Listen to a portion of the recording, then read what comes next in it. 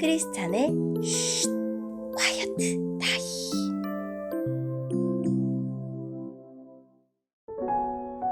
샬롬, 크리스찬 성도님들 반갑습니다. 오늘의 본문은 사무엘하 15장 1절부터 12절까지의 말씀입니다. 본문의 제목은 백성의 마음을 훔친 압살롬입니다. 본문을 읽기 전에 어떤 내용인지 요약본을 먼저 읽어드릴게요. 압살롬은 군사적으로 정치적으로 왕이 되기 위한 준비를 하나씩 합니다. 억울한 사람들의 이야기를 적극적으로 들어줌으로써 백성의 마음을 사로잡습니다. 때가 이르자 헤브론에서 반란을 일으킵니다. 오늘의 본문 1절입니다. 이 일이 있은 후에 압살롬은 자기가 쓸 전차와 말들을 마련했습니다. 압살롬은 호위병도 50명이나 두었습니다. 압살롬은 아침에 일찍 일어나 성문 가까이에 서 있곤 했습니다. 그런데 누구든지 재판할 문제거리가 있어 왕을 찾는 사람은 그 성문을 지나가게 되어 있었습니다. 그런 사람이 오면 압살롬은 그 사람을 불러 세워서 어느 성에서 왔소? 하고 물었습니다. 그러면 그 사람은 저는 이스라엘의 무슨 지파에서 왔습니다 하고 대답하며 자신의 억울함을 이야기했습니다. 그러면 압살롬은 당신의 주장이 옳소. 하지만 왕궁 안에는 당신의 말을 들어줄 사람이 없소 하고 말했습니다. 또 압살롬은 나는 이 땅의 재판관이 되어 문제를 가진 모든 사람에게 공정한 재판을 베풀기를 원하오 라고 말하기도 했습니다. 사람들은 압살롬에게 가까이 나와 절을 했습니다. 그러면 압살롬은 자기 손을 내밀어 그들을 일으키고 그들에게 입을 맞추었습니다. 압살롬은 다윗 왕에게 재판을 받으러 오는 모든 이스라엘 사람들에게 이런 식으로 행동했습니다. 이런 방법으로 압살롬은 모든 이스라엘 사람들의 마음을 사로잡았습니다. 4년이 지난 후에 압살롬이 다윗 왕에게 말했습니다. 제가 헤브론으로 가는 것을 허락해 주십시오. 여호와께 약속한 것이 있으니 그 약속을 지키고 싶습니다. 아람 땅 구술에 살 때 저는 만약 여호와께서 저를 다시 예루살렘으로 돌아가게 해주신다면 여호와를 헤브론에서 예배드리겠습니다 라고 약속한 적이 있습니다. 그러자 왕이 말했습니다. 평안히 가거라. 그래서 압살롬은 헤브론으로 갔습니다. 그러나 압살롬은 이스라엘의 모든 지파에 몰래 사자들을 보냈습니다. 사자들은 백성들에게 나팔 소리가 나면 압살롬이 헤브론에서 왕이 되었다 라고 외치시오 라고 말했습니다. 압살롬은 자기와 함께 갈 사람 200명을 초대했습니다. 그들은 압살롬과 함께 예루살렘을 떠났지만 압살롬이 무슨 일을 꾸미고 있는지는 몰랐습니다. 다윗에게 도움을 주던 사람 중에 아히도벨이라는 사람이 있었는데 아히도벨은 길로 마을 사람이었습니다.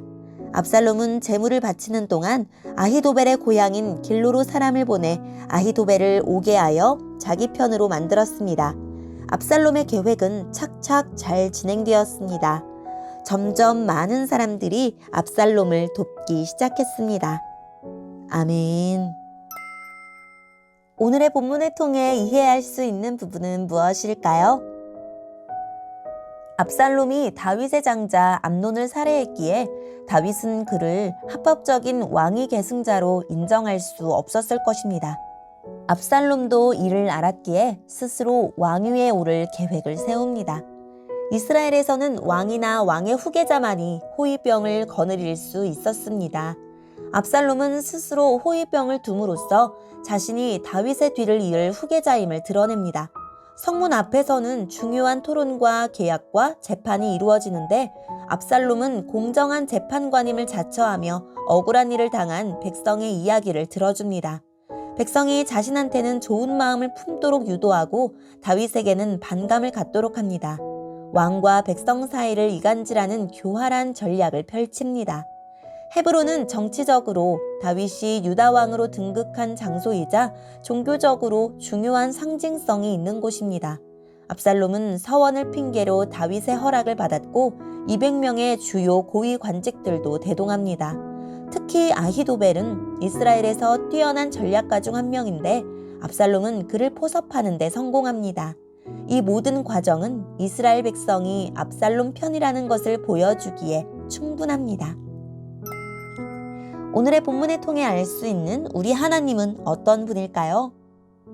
하나님은 공의로운 재판관이십니다. 이 세상의 재판관은 불완전한 인간이기에 잘못된 판단을 내리기 쉽지만 하나님은 이 세상의 모든 것을 공정하게 다스리십니다. 사람의 마음과 영혼까지도 다 아시며 모든 행동과 그 행동의 동기까지 살펴 공정하게 심판하실 것입니다. 오늘의 본문을 통해 우리에게 주시는 교훈은 무엇일까요? 압살롬은 외모와 지략이 뛰어났고 사람들도 그를 좋아했습니다.